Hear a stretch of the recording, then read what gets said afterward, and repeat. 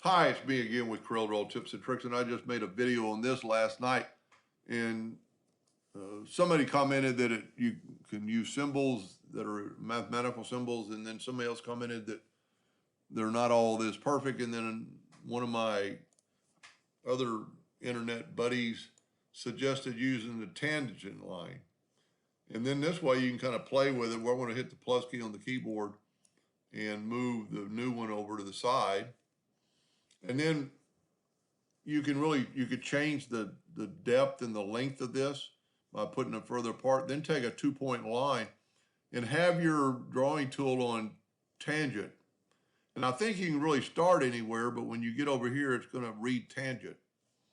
Now, instead of doing anything else, you could take that and Control D and make a duplicate and just mirror it.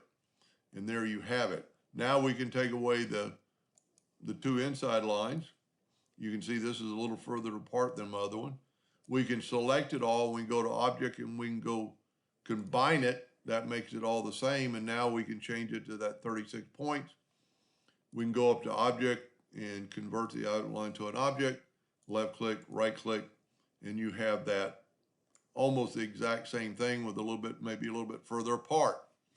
And in this case, I was commenting last night that we've got a little bit of just a slight hump here where we don't really hear. You have a better outlook. So I think Eskimo for that tip.